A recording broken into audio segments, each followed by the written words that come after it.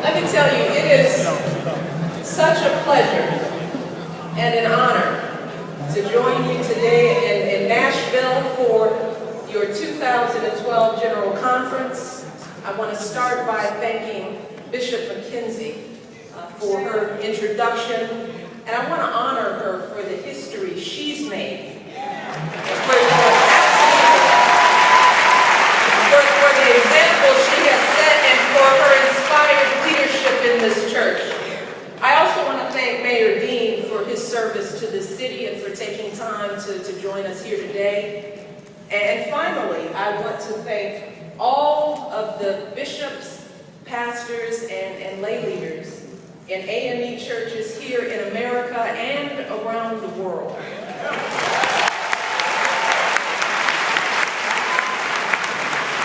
You all are part of a proud tradition, one that dates back to the founding of that first AME church and the founding of this nation, and has shaped its history every day since. You all know the story, how back in the late 1700s, a man named Richard Allen bought his freedom from slavery, became a minister, and eventually founded a Methodist church called Bethel Church, or Mother Bethel, as we know it today. That first AME church was located in a blacksmith's shop. And that first congregation had just a few dozen members. But there's a reason why one pastor called Bethel's founding a Liberty Bell for black folks. And there's a reason why W.E.B. Du Bois said that Bethel Church belongs to the history of the nation rather than to any one city. You see, before long, that little church had grown to 1,000 members. And soon, AME churches were cropping up all across this country. Over the years, these churches served as stops on the Underground Railroad. They founded universities that educated generations of black leaders. They hosted civil rights marches, meetings, and rallies, even under the threat of being vandalized, bombed, or burned to the ground. Icons like Frederick Douglass and Rosa Parks, leaders like Jim Clyburn, trailblazers like Oliver Brown and Brown v. Board of Education, Ernest Green of the Little Rock Nine, they all worshiped at AME churches.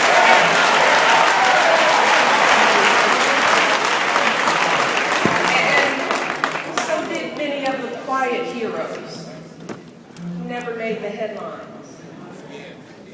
The maids walking home in Montgomery. The young people riding those buses in Jackson.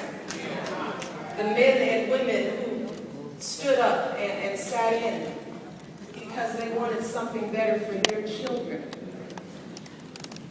I know that I am here today because of those heroes. My husband is in the White House today because of them. Because of those heroes today, my daughters and all our children and grandchildren can grow up dreaming of being doctors and lawyers, CEOs and senators, and yes, maybe even the President of the United States.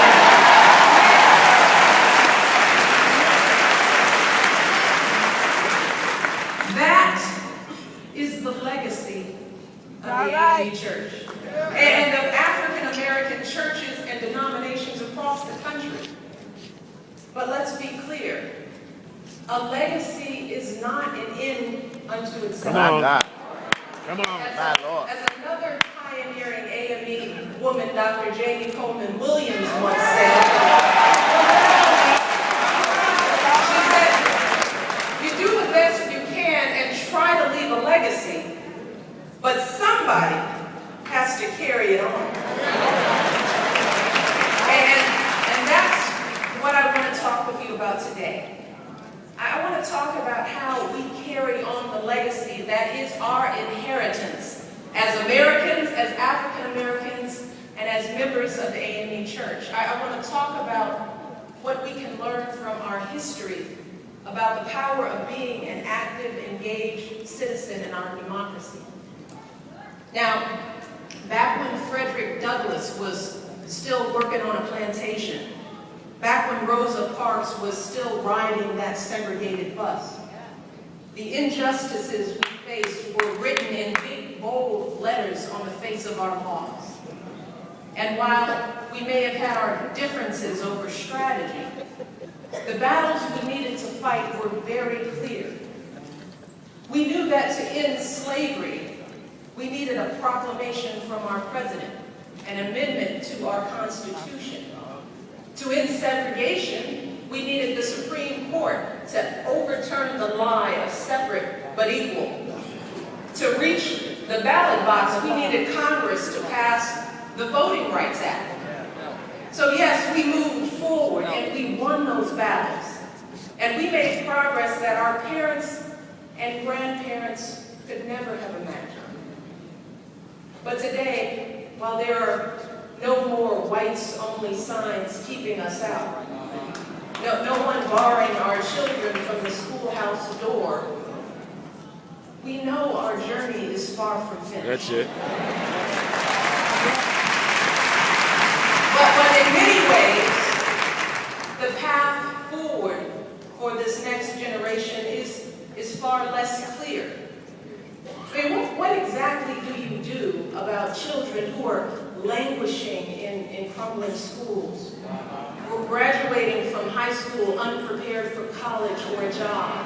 And what about the 40% of black children who are overweight or obese, or the nearly 1 in 2 who are on track to develop diabetes in their lifetimes?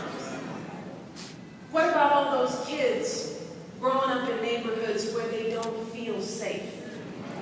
Kids who never have opportunities worthy of their promise. What court case do we bring on their behalf? What laws do we pass for them? You see, today, the connection between our laws and our lives isn't always as clear as it was 50 years or 150 years ago. And as a result, it's sometimes easy to assume that the battles in our courts and legislatures have all been won. It's tempting to turn our focus to what's going on in our own lives and with our own families and just leave it at that. And make no mistake about it, change absolutely starts at home.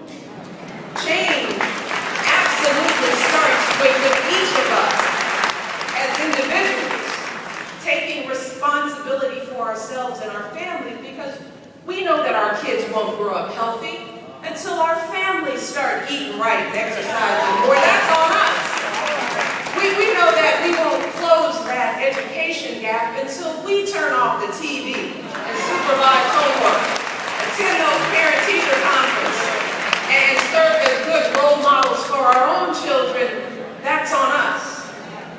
But while we certainly need to start at home, we all know that we cannot stop there. Because the fact is that our laws still matter. You know, much like they did 50 years ago or 150 years ago, our laws still shape so many aspects of our lives. Whether folks are paying their fair taxes or not. Whether we invest in roads and schools and the jobs that come with them or not. Whether our sons and our daughters who wear our country's uniform get the support and benefits they've earned or not. See, those decisions are made by the folks sitting in Congress and in our White House. They're made by the folks in our state legislatures and in city halls. And we all know who's supposed to select those folks, don't we? We know who's supposed to tell those folks what to do, right? That's it. We are. That's right. That's our job. That is our most fundamental right and our most solemn obligation, to cast our ballots and have our say in the laws that shape our lives. Dr. King knew that. That's why back in 1965, he came to Brown Chapel AMEC Church in Selma and declared, he said, when we get the right to vote, we will send to the State House not just men who will stand in the doorways of our universities, but men who will uphold the cause of justice. John Lewis understood the importance of that right. That's right.